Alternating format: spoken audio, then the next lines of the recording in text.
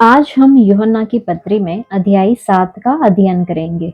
इन बातों के बाद यीशु गलील में फिरता रहा, क्योंकि यहूदी उसे मार डालने का यत्न कर रहे थे। इसलिए वह यहूदिया में फिरना न चाहता था। यहूदियों का झोपड़ियों का पर्व निकट था, इसलिए उसके भाइयों ने उसे कहा, यहाँ से यहूदिया को जा, कि जो काम तू करता है उन्हें तेरे चेले वहां भी देखे, क्योंकि ऐसा कोई न होगा जो प्रसिद्ध होना चाहे और छिपकर काम करे। यदि तू यह काम करता है तो अपने आप को जगत पर प्रकट कर, क्योंकि उसके भाई भी उस पर विश्वास नहीं करते थे। तब यीशु ने उनसे कहा, मेरा समय अभी तक नहीं आया, परंतु तुम्हारे लिए सब समय है। संसार तुमसे बैर नहीं कर सकता, परंतु वह मुझसे बैर करता है, क्योंकि मैं उसके विरोध में यह गवाही देता हूँ कि उसके काम बुरे हैं। तुम पर्व में जाओ, मैं अभी इस पर्व में नहीं जाता, क्योंकि अभी तक मेरा समय पूरा नहीं हुआ। वह उनसे ये बातें कहकर गलील ही में रह गया। इस अध्याय में इन वचनों में हम देखते हैं कि परमेश्वर के पुत्र के तृतीय वर्ष की सेवकाई, जो कि यरूशलेम में है।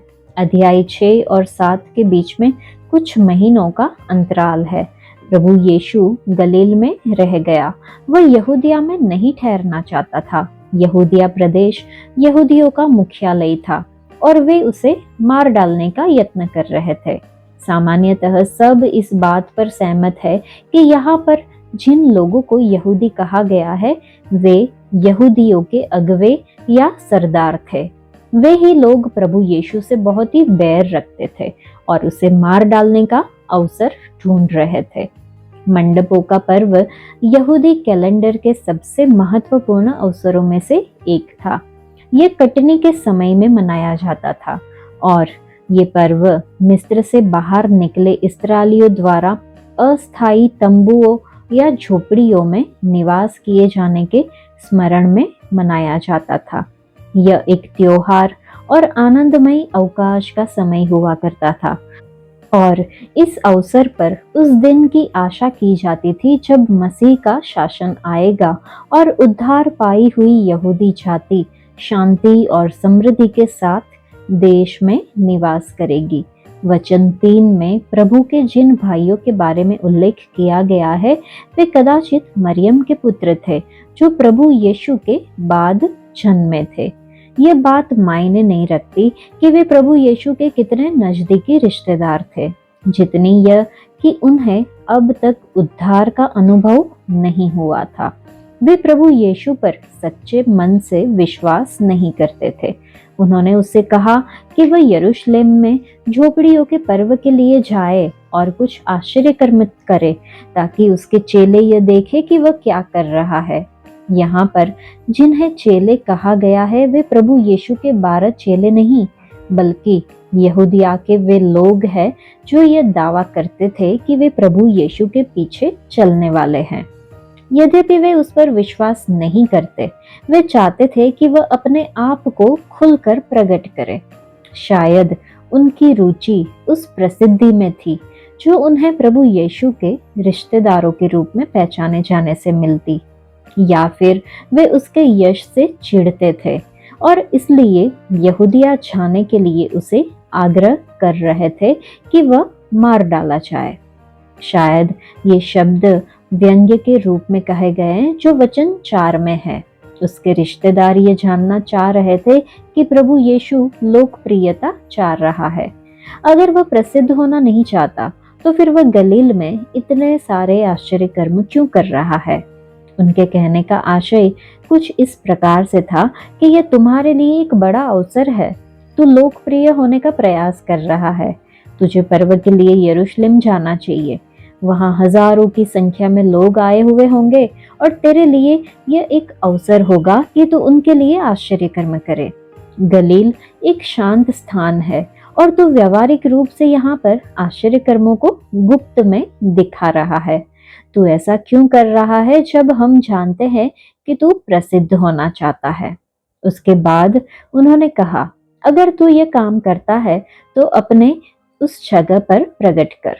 वे शायद कह रहे हैं कि यदि तू सचमुच में मसीह है और यदि तू ये आश्चर्य कर्म इसी बात को प्रमाणित करने के लिए कर रहा है, तो इन प्रमाणों को ऐसे स्थान पर क्यों नहीं प्रस्तुत करता जहां दिखाने से कुछ लाभ होगा, मतलब यहूदिया में। वचन 5 को अगर हम पढ़े तो उसके भाइयों में उसे महिमा पाते देखने की कोई सच्ची अभिलाषा नहीं थी। वे ये विश्वास नहीं करते थे कि वह मसीह है, न ही वे उस पर भरोसा रखना चाहते थे। उन्होंने जो कुछ कहा वह सब एक व्यंग्य था। उनके हृदय प्रभु के सामने सही नहीं थे। प्रभु के लिए यह बात सचमुच में दुखद रही होगी कि उसके खुद के भाई उनकी बातों और कार्यों पर विश्वास नहीं कर रहे थे। ऐसा अक्सर देखा जाता है कि जो लोग प्रभु के प्रति विश्वास योग्य होते हैं, उन्हें अपने ही निकटतम लोग और प्रियजनों के विरोध का सामना करना पड़ता है। प्रभु का जीवन आरंभ से लेकर अंत तक व्यवस्थित था। उनका हर दिन और हर क्षण उनके पूर्व निर्धारित कार्यक्रम के अनुसार था। संसार के सामने खुलकर अपने आप को प्रकट करने का समय अभी तक नहीं आया था। वह ठीक ठीक जानते थे कि आगे क्या होने वाला था, और परमेश्वर की इच्छा नहीं थी कि वह इस समय अपने आप को सार्वजनिक रूप से प्रकट करने के लिए यरूशलेम को जाए। लेकिन उसने अपने भाइयों को याद दिलाया कि उनके वहां जाने के लिए सब समय उपयुक्त है। वे अपना जीवन अपनी ही इच्छाओं के अनुसार जीते हैं, परमेश्वर की इच्छा के प्रति आज्ञाकारी रहकर नहीं। वे अपने मन से योजना बना सकते हैं और जब जहां जाना चाहे वहां पे जा सकते हैं, क्योंकि वे सिर्फ अपनी इच्छा के अनुसार चलते हैं। वचन 7 जब हम पढ़ते हैं तो जगत प्रभु के भाइयों से बैर नहीं रखता था, क्योंकि वे जगत के ही थे। वे प्रभु यीशु के विरुद्ध जगत का पक्ष लेते थे। उनका सारा जीवन जगत के अनुरूप था। यहाँ पर जगत उस तंत्र को कहा गया है जिसे मनुष्य ने तैयार किया है, और जहाँ परमेश्वर और उनकी कलीसिया के लिए कोई स्थान नहीं है। संस्कृति जगत, कला जगत, शिक्षा जगत और धर्म जगत, बल्कि यहूदियों में विशेषकर धर्म जगत था, क्योंकि यहूदियों के सरदार ही प्रभु यीशु से सबसे ज्यादा बैर रखते थे। जगत मसीह से इसलिए बैर रखता है क्योंकि उसने जगत के विषय में यह गवाही दी कि उसके काम बुरे हैं। मनुष्य के विकृत स्वभाव पर यह दुखद टिप्पणी है कि जब एक निष्पाप निष्कलंक मनुष्य जगत में आया तो जगत ने उसे मार डालने का प्रयास किया। मसीह के जीवन की सिद्धता से यह प्रकट हुआ कि शेष सब मनुष्यों का जीवन कितना सिद्धताहीन है। जिस प्रकार से एक सीधी रेखा को एक टेढ़ी मेढ़ी रेखा के बगल में रखने पर टेढ़ी मेढ़ी रेखा का टेढ़ापन प्रकट हो जाता है, उसी प्रकार से प्रभु ने इस संसार में आकर मनुष्य की सारी पापमयता को प्रकट कर दिया। मनुष्य अपनी पोल खुल जाने पर प्रभु से कुढ़ गया। परमेश्वर के सामने पश्चाताप करने और दया के लिए उसे पुकारने की बजाय उसने उस व्यक्ति को नाश करना चाहा जिसने उसके पापों को प्रकट कर दिया था। वचन 8 में हम देखते हैं कि प्रभु ने अपने भाइयों से पर्व में जाने के लिए कहा। इसमें एक बहुत ही दुखद बात थी। वे धार्मिक मनुष्य होने का दिखावा कर रहे थे। वे तंबुओं के पर्व में शामिल होने जा रहे थे, तो भी परमेश्वर का मसीह उनके बीच में खड़ा था और उसके लिए उनके मन में कोई सच्चा प्रेम नहीं था। मनुष्य धार्मिक रीति विधियों को इसलिए पसंद करता है क्योंकि वह उन्हें हृदय में कोई सच्ची रुचि लिए बिना भी मना सकते हैं। लेकिन जब उसे मसीह के आमने सामने लाया जाता है तो वह असहज हो जाता है। प्रभु यीशु ने कहा कि वह अभी इस पर्व में नहीं जाना चाहते, क्योंकि अभी तक उनका समय पूरा नहीं हुआ है। उनका आशय यह नहीं था कि वे पर्व में जाएंगे ही नहीं, लेकिन वचन 10 में हम देखेंगे कि वह वहां पर गए, बल्कि उसके कहने का अर्थ ये था कि वह वहां अपने भाइयों के साथ जाकर अपने आप को जोर शोर से प्रकट नहीं करेंगे।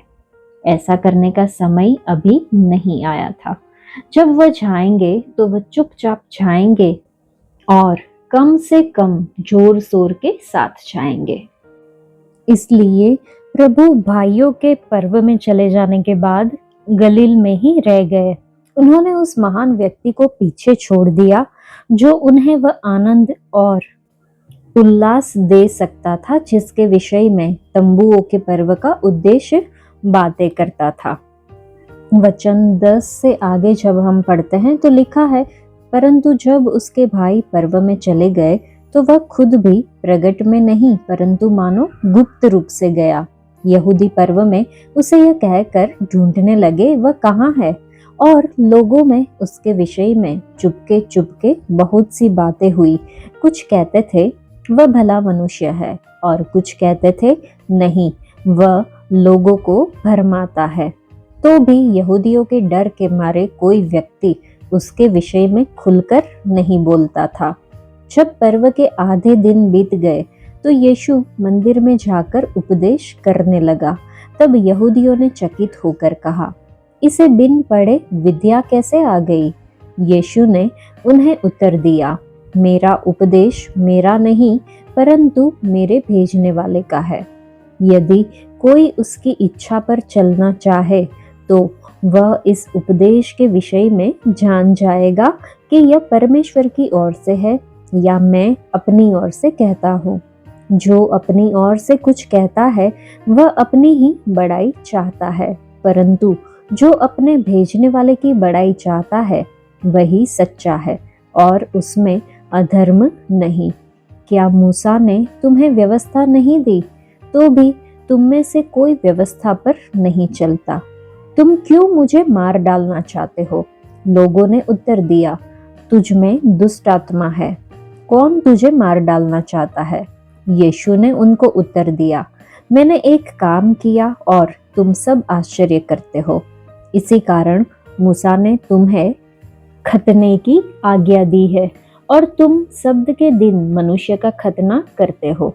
जब शब्द के दिन मनुष्य का खतना किया जाता है ताकि मूसा की व्यवस्था की आज्ञा टल न जाए, तो तुम मुझ पर क्यों इसलिए क्रोध करते हो कि मैंने शब्द के दिन एक मनुष्य को पूरी रीति से चंगा किया? मुंह देखा न्याय न करो परंतु ठीक ठीक न्याय करो। तब कुछ यरूशलेम वासी कहने लगे, क्या यह वही नहीं जिसे मार डालने का प्रयत्न किया जा रहा है? परंतु देखो, वह तो खुल्लम खुल्ला बातें करता है और कोई उससे कुछ नहीं कहता। क्या सरदारों ने सच सच जान लिया है कि यही मसीह है? इसको तो हम जानते हैं कि यह कहाँ का है, परंतु मसीह जब आएगा तो कोई न जानेगा कि वह कहाँ का है। तब यीशु ने मंदिर में उपदेश देते हुए पुकार के कहा, तुम मुझे जानते हो और यह भी जानते हो कि मैं कहाँ का हूँ। मैं तो आपसे नहीं आया परंतु मेरा भेजने वाला सच्चा है, उसको तुम नहीं जानते। मैं उसे जानता हूँ क्योंकि मैं उसकी ओर से हूँ और उसी ने मुझे भेजा है। इस पर उन्होंने उसे पकड़ना चाहा, तो भी किसी ने उस पर हाथ न डाला क्योंकि उसका समय अब तक न आया था। फिर भी भीड़ में से बहुत से लोगों ने उस पर विश्वास किया और कहने लगे, मसीह जब आएगा तो क्या इससे अधिक आश्चर्य कर्म दिखाएगा जो इसने दिखाए? इन वचनों में हम देखते हैं कि प्रभु यीशु मंदिर में शिक्षा देते हैं। यहूदी अगुवों का प्रभु यीशु के प्रति विरोध इतना तीव्र हो चुका था कि कोई भी उसके पक्ष में खुलकर बातें करने का साहस नहीं करता था। निसंदेह अनेक सामान्य लोग ये जानते थे कि वह सचमुच में इस्राएल का मसीह है, परंतु वे सामने आकर यह बात कहने का साहस नहीं करते थे क्योंकि उन्हें डर था कि अगुवे उन्हें सताएंगे। तंबुओं का पर्व कई दिनों तक चलता था। जब यह लगभग आधा बीत गया तो प्रभु यीशु मंदिर के बाहर वाले क्षेत्र में जाकर उपदेश करने लगे। जिन लोगों ने उद्धारकर्ता के उपदेश को सुना उन्होंने अचंभा किया। निसंदेह पुराना नियम के विषय में उसके ज्ञान ने उन्हें सबसे ज्यादा प्रभावित किया, लेकिन साथ ही शिक्षा देने की उसकी कला भी उनका ध्यान उसकी ओर खींचती थी। वे जानते थे कि प्रभु यीशु उन दिनों के किसी भी बड़े धार्मिक संस्था में सीखने के लिए कभी नहीं गए और वे यह नहीं समझ पा रहे थे कि इस प्रकार की शिक्षा उन्हें कहाँ से मिली होगी। संसार आज भी चकित होता है और बहुधा कुड़कुड़ाता है जब वह ऐसे विश्वासियों को देखता है जो बिना किसी औपचारिक प्रशिक्षण के परमेश्वर के वचन का प्रचार करने और उसकी शिक्षा देने में सक्षम है। एक बार फिर से हम एक सुंदर बात देखते हैं जो कि वचन 16 में है कि किस प्रकार से प्रभु ने अपने आप के लिए कोई भी श्रेय लेने से मना कर दिया, परंतु उन्होंने सिर्फ अपने पिता की महिमा करना चाहा। प्रभु यीशु ने सीधा सीधा उत्तर दिया कि उसके द्वारा दी जा रही शिक्षा उसकी अपनी शिक्षा नहीं है, लेकिन यह उसके भेजने वाले की ओर से आती है। प्रभु यीशु ने जो कुछ कहा और जो कुछ सिखाया वे वही बातें थी जिसे पिता ने उसे सिखाने और बोलने के लिए कहा था। वह अपने पिता से अलग होकर कुछ नहीं करते थे। अगर यहूदी सचमुच में यह जानना चाहते थे कि उसका उपदेश सही है या नहीं, तो उनके लिए यह पता कर पाना सरल होता। अगर कोई सचमुच में परमेश्वर की इच्छा पर चलना चाहता, तो परमेश्वर उस पर प्रकट करते कि मसीह की शिक्षाएं सचमुच में ईश्वरीय है या वह सिर्फ वही सिखा रहे हैं जैसा उनका मन कर रहा है। सच्चाई की खोज करने वाले हर व्यक्ति के लिए यहाँ पर एक अद्भुत प्रतिज्ञा दी गई है। अगर एक व्यक्ति सच्चा है और सचमुच में सच्चाई को जानना चाहता है, तो परमेश्वर उसे उस पर प्रकट करेंगे। आज्ञाकारिता आत्मिक ज्ञान का अंग है। जो कोई अपनी ओर से कुछ कहता है, मतलब अपनी इच्छा के अनुसार कहता है, वह अपनी ही बड़ाई चाहता है। लेकिन प्रभु यीशु मसीह के साथ ऐसा नहीं था, इसलिए कि उनकी मंशा पूरी तरह से शुद्ध थी। उनका संदेश भी पूरी तरह से सच्चा था, उसमें कोई अधर्म नहीं था। प्रभु यीशु ही एकमात्र ऐसे व्यक्ति थे जिसके बारे में ऐसी बात कही जा सकती थी। शेष प्रत्येक शिक्षक की शिक्षा में कुछ ना कुछ स्वार्थ पाया जाता था। प्रभु के हर एक सेवक की यह महत्वाकांक्षा हो कि वह अपनी नहीं बल्कि परमेश्वर की बड़ाई के लिए कार्य करे। उसके बाद प्रभु यीशु ने यहूदियों पर एक सीधा सीधा आरोप लगाया, जो कि हम वचन 19 में देखते हैं। उन्होंने उन्हें स्मरण दिलाया कि मूसा ने उन्हें व्यवस्था दी। वे अपनी बड़ाई करते थे कि उनके पास व्यवस्था है। वे यह भूल गए कि व्यवस्था का उनके पास रहना अपने आप में उनका कोई सद्गुण नहीं है। व्यवस्था की मांग थी कि उसके नियमों और आज्ञाओं का पालन किया जाए। यद्यपि व्यवस्था का उनके पास होना वे अपनी बड़ाई की बात मानते थे, परंतु ये स्पष्ट है कि वे इनमें से किसी का भी पालन नहीं करते थे, क्योंकि तब भी वे प्रभु यीशु को मार डालने का प्रयास कर रहे थे। व्यवस्था में हत्या करने के लिए स्पष्ट रूप से मना किया गया है। वे प्रभु यीशु मसीह के संबंध में अपनी मंशाओं के द्वारा व्यवस्था को तोड़ रहे थे। लोगों ने प्रभु यीशु के आरोप की तेज धार को महसूस किया, परंतु ये स्वीकार करने की बजाय कि प्रभु का कहना सच है, वे उस पर दोष लगाने लगे। वे कहने लगे कि उसमें दुष्ट आत्मा है। उन्होंने उसके कथन को चुनौती दी कि उनमें से कोई उसे मार डालना चाहता है।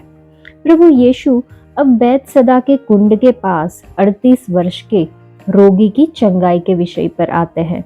इसी आश्चर्य कर्म के कारण यहूदी अगुवों के बीच में प्रभु यीशु के विरुद्ध बैर बढ़ गया था और इसी समय से उन्होंने उसके विरुद्ध उसे मार डालने का दुष्टतापूर्ण षड्यंत्र गढ़ना आरंभ किया था। प्रभु ने उसे स्मरण दिलाया कि उसने एक काम किया था और उन सब ने उस पर अचंभा किया था। उन्होंने सराहना के भाव से अचंभा नहीं किया, परंतु उन्हें आघात लगा था कि उसने शब्द के दिन ऐसा कार्य क्यों किया। मूसा की व्यवस्था में यह आज्ञा दी गई थी कि एक नर शिशु का उसके जन्म के 8 दिन बाद खतना कराया जाए। यदि 8वां दिन शब्द के दिन आता था, तो यहूदी लोग उस दिन बालक का खतना करना गलत नहीं मानते थे। वे मानते थे कि यह एक आवश्यक कार्य है और परमेश्वर ने ऐसा कार्य करने की अनुमति दी है। अगर वे मूसा की व्यवस्था का पालन करने के लिए एक बालक का खतना सब्त के दिन करते थे, तो उन्हें प्रभु में त्रुटि क्यों ढूंढना चाहिए जब उसने सब्त के दिन एक मनुष्य को पूरी रीति से चंगा किया। अगर व्यवस्था किसी आवश्यक कार्य के लिए अनुमति देती है, तो फिर यह दया के कार्य के लिए अनुमति क्यों नहीं देगी। खतना एक बालक पर ही की जाने वाली एक छोटी सी शल्य चिकित्सा होती थी। यह कहने की आवश्यकता नहीं है कि इससे पीड़ा होती थी और कोई खास शारीरिक लाभ नहीं होता था। इसके विपरीत प्रभु ने सब्त के दिन एक व्यक्ति को पूरी तरह से चंगा कर दिया था और इस पर भी यहूदी उसमें गलती ढूंढने लगे थे। यहूदियों के साथ समस्या यह थी कि वे मुंह देखकर किसी भी बात को परखते थे, भीतरी सच्चाई के आधार पर नहीं। उनका न्याय सही नहीं होता था। जो कार्य खुद करने पर उन्हें सही लगते थे, वे ही कार्य प्रभु द्वारा किए जाने पर उन्हें पूरी तरह गलत लगते थे। मानवीय स्वभाव की प्रवृत्ति होती है कि वह देखकर न्याय करता है, भीतरी सच्चाई के आधार पर नहीं। प्रभु यीशु ने मूसा की व्यवस्था का उल्लंघन नहीं किया था, बल्कि वे ही उसके प्रति अर्थहीन बैर रखने के द्वारा व्यवस्था का उल्लंघन कर रहे थे। इस समय तक यरूशलेम में ये बात सब कोई जान चुके थे कि यहूदी अगुवे उद्धारकर्ता के विरुद्ध षड्यंत्र रच रहे हैं। यहाँ पर कुछ सामान्य लोगों ने पूछा कि क्या यही वह व्यक्ति नहीं है जिसके पीछे उनके अगुवे पड़े हुए हैं। वे यह नहीं समझ सके कि प्रभु यीशु को इतना बेधड़क होकर खुल्लम खुल्ला बोलने की अनुमति थी। अगर सरदार उससे बैर रखते थे, जैसा कि लोग भी मानते थे, तो उसे बोलने क्यों दे रहे हैं। क्या यह संभव है कि वे जानने आए थे कि क्या आखिर वह सच्चा मसीह है जैसा कि वह दावा करता है। जो लोग यह विश्वास नहीं करते थे कि प्रभु यीशु ही मसीह है, वे यह समझते थे कि वे जानते हैं कि वह कहां से आया है। उनका मानना था कि वह नाजरत से आया था। वे उसकी माता मरियम को जानते थे और मानते थे कि यूसुफ उसका पिता है। उन दिनों के यहूदी लोग ऐसा मानते थे कि मसीह जब भी आएगा तो वह अचानक और रहस्यमय ढंग से आएगा। उन्हें यह नहीं मालूम था कि वह एक बच्चे के रूप में आएगा और फिर एक मनुष्य के रूप में बड़ा होगा। उन्हें पुराना नियम से यह जान जाना चाहिए था कि वह बेतलहम में जन्म लेगा, लेकिन ऐसा लगता है कि वे मसीह के आगमन से संबंधित जानकारियों को लेकर अनजान थे। इसलिए उन्होंने कहा, मसीह जब आएगा तो कोई न जानेगा कि वह कहाँ का है। इस समय प्रभु यीशु ने वहां एकत्रित लोगों और उसे सुनने वालों को पुकार के कहा कि वे सचमुच में उसे जानते हैं और यह भी जानते हैं कि वह कहाँ का है। यहाँ पर प्रभु यीशु यह कह रहे हैं कि वे उसे सिर्फ एक मनुष्य के रूप में जानते हैं। वे उसे नाजरत के यीशु के रूप में जानते हैं, लेकिन वे ये नहीं जानते थे कि वह परमेश्वर भी है। यही बात उसने शेष वचनों में समझाया है। जहां तक उसके मनुष्यत्व की बात है, वह नासरत में रहते थे, लेकिन उन्हें यह जानना भी आवश्यक था कि वह अपने आप नहीं आए थे, परंतु परमेश्वर पिता के द्वारा भेजे गए थे, जिसे ये लोग नहीं जानते थे। इन वचनों में प्रभु यीशु ने सीधे सीधे यह दावा किया है कि वह परमेश्वर के तुल्य है।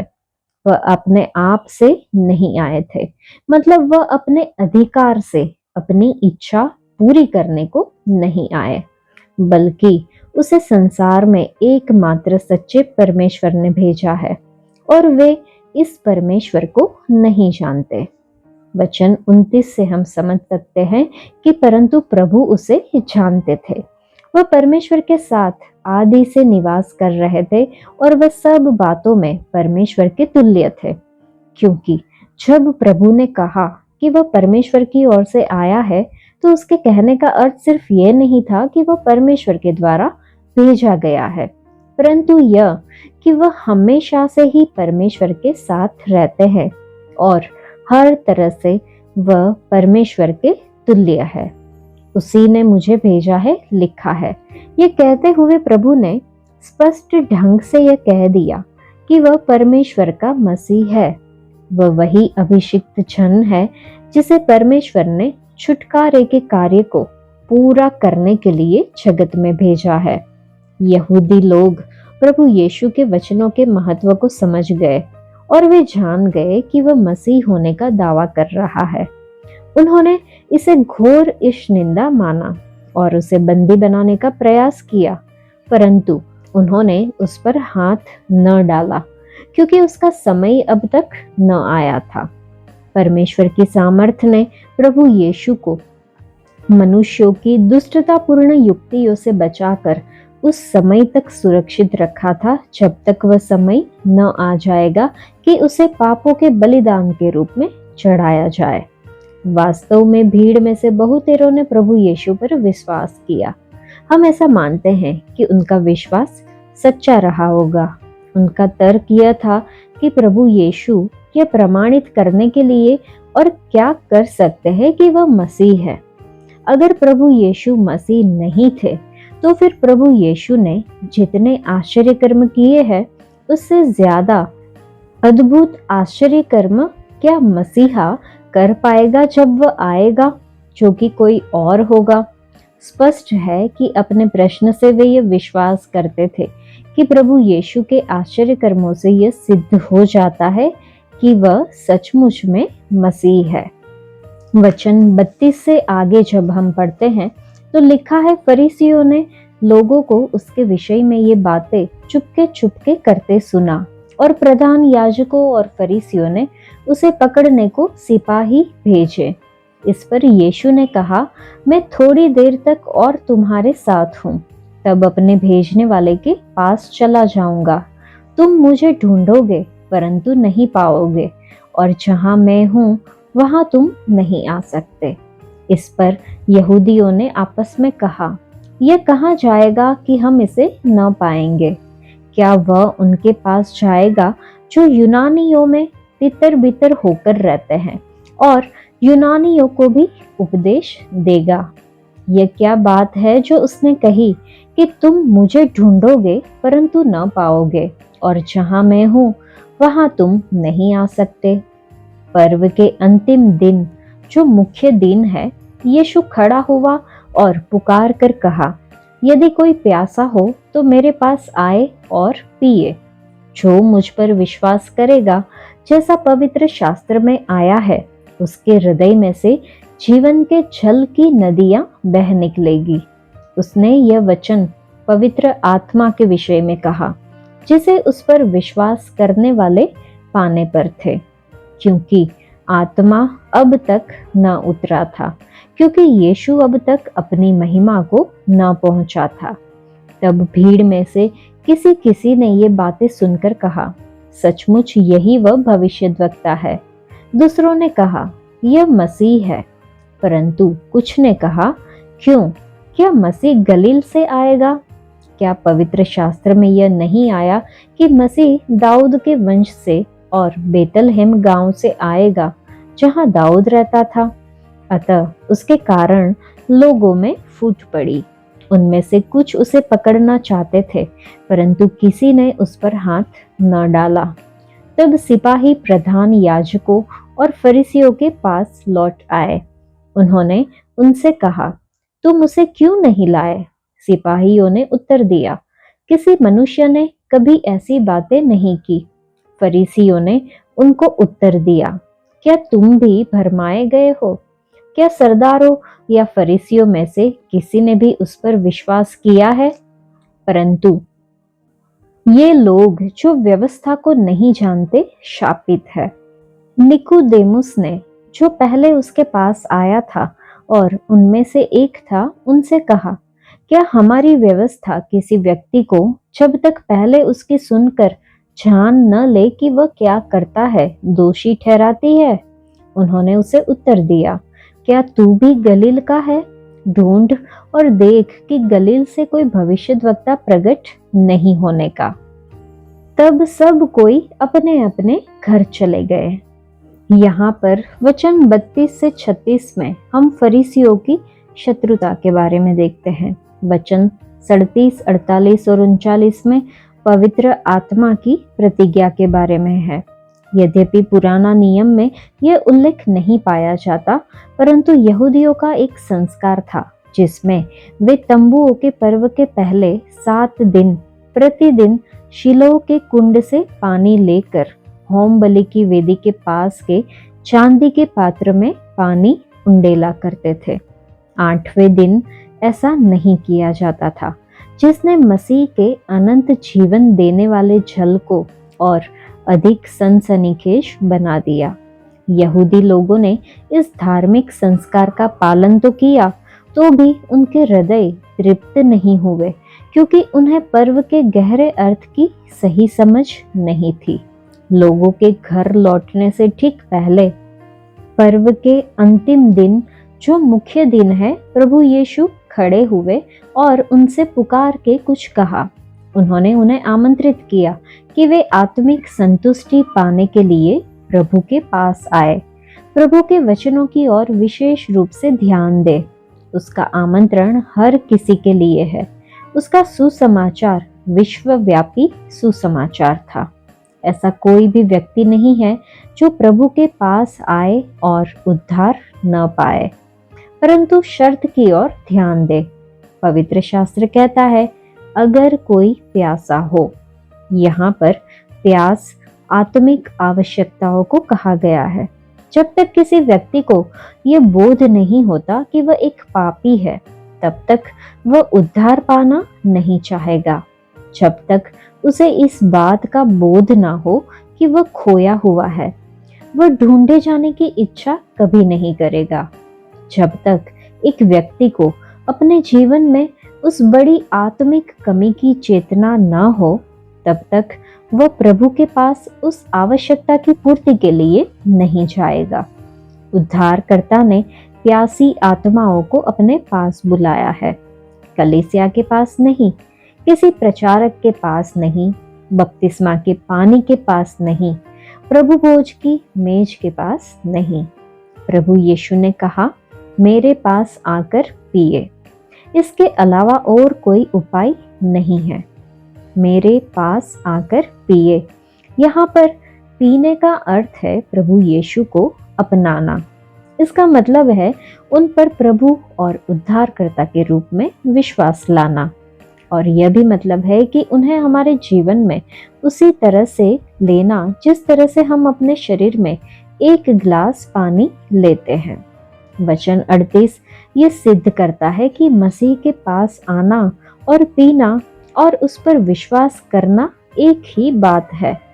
जितने उस पर विश्वास करते हैं, उन सब की आवश्यकताओं की पूर्ति की जाएगी और वे आत्मिक आशीषों की नदियां पाएंगे, जो उनमें से निकलकर दूसरे तक बह चलेगी। संपूर्ण पुराना नियम में यह शिक्षा दी गई है कि जो मसीह को ग्रहण करेंगे वे खुद आशीष पाएंगे और दूसरों के लिए आशीष का माध्यम बनेंगे। उसके हृदय में से जीवन के जल की नदियां बह निकलेगी। इसका मतलब है कि एक व्यक्ति के भीतर से या भीतरी जीवन से दूसरों के लिए आशीष की धारा बह निकलेगी। वचन 39 में यह बिल्कुल स्पष्ट रूप से कहा गया है कि जीवन का जल पवित्र आत्मा की ओर संकेत करता है।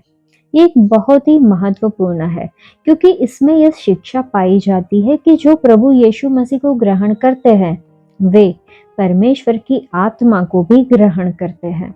दूसरे शब्दों में, जैसा कि कुछ लोग दावा करते हैं, यह सत्य नहीं है कि पवित्र आत्मा उनके मन फिराव के कुछ समय बाद उनमें निवास करने के लिए आता है। ये वचन स्पष्ट रूप से और विशेष रूप से यह बताता है कि जो भी मसीह पर विश्वास लाता है वह आत्मा को ग्रहण करता है। जिस समय प्रभु यीशु ये बातें कह रहे थे, उस समय तक पवित्र आत्मा न उतरा था। प्रभु यीशु के वापस स्वर्ग जाने और महिमा को पहुंचने के बाद पिंतेकुस्त के दिन पवित्र आत्मा उतरा। उस दिन से प्रभु यीशु के हर एक सच्चे विश्वासी के भीतर पवित्र आत्मा निवास करता है। आगे प्रभु यीशु के विषय में मतभेद के बारे में है, जो कि वचन 40 से 53 में है। वचन 50 को जब हम पढ़ते हैं तो इस समय पे निकोदेमुस ने उनसे बातें की। यह वही निकोदेमुस था जो पहले एक रात उनके पास आया था और प्रभु यीशु से ये शिक्षा पाई थी कि उसे नया जन्म लेना आवश्यक है। ऐसा लगता है कि निकोदेमुस ने सचमुच में प्रभु यीशु पर विश्वास कर लिया था और उद्धार पा लिया था। यहाँ वह आगे आकर यहूदियों के सरदारों के मध्य अपने प्रभु के लिए कुछ कहना चाहता है। निकोदेमुस ने यह ध्यान दिलाया कि यहूदियों ने प्रभु यीशु को पर्याप्त मौका नहीं दिया है। यहूदी व्यवस्था किसी व्यक्ति का पक्ष सुनने से पहले उसको दोषी नहीं ठहराती है। तो भी इस समय यहूदी अगुवे ऐसा ही कर रहे हैं। क्या वे सच्चाई से डर रहे हैं? इसका उत्तर स्पष्ट था कि वे सच्चाई से डर रहे थे। अब यहूदियों के अगुवे अपने ही दल के एक व्यक्ति पर मतलब निकोदेमुस पर भड़क गए। उन्होंने ताना मारते हुए उससे पूछा कि क्या वह भी प्रभु यीशु के गलील के अनुयायियों में से एक है? क्या वह नहीं जानता कि पुराना नियम में कहीं नहीं लिखा है कि गलील से कोई भविष्यद्वक्ता आएगा? अवश्य ही यहाँ पर अगुओं ने अपनी अज्ञानता दर्शाई। क्या उन्होंने योना नबी के बारे में नहीं पढ़ा था कि वह गलील से था? तंबुओं का पर्व अब समाप्त हो चुका था। लोग अपने अपने घरों को लौट चुके थे। कुछ लोग प्रभु यीशु से प्रत्यक्ष रूप से मिले और उन्होंने उस पर विश्वास किया, परंतु अधिकांश लोगों ने उसे ठुकरा दिया। अब यहूदियों के अगुवे उसे समाप्त करने के लिए इतने प्रतिबद्ध हो गए जितना कि पहले कभी नहीं थे। वे उसे उनके धर्म और जीने के तरीके के लिए एक खतरा मानते थे। आज के लिए इतना ही। परमेश्वर आप सबको आशीष दे। धन्यवाद।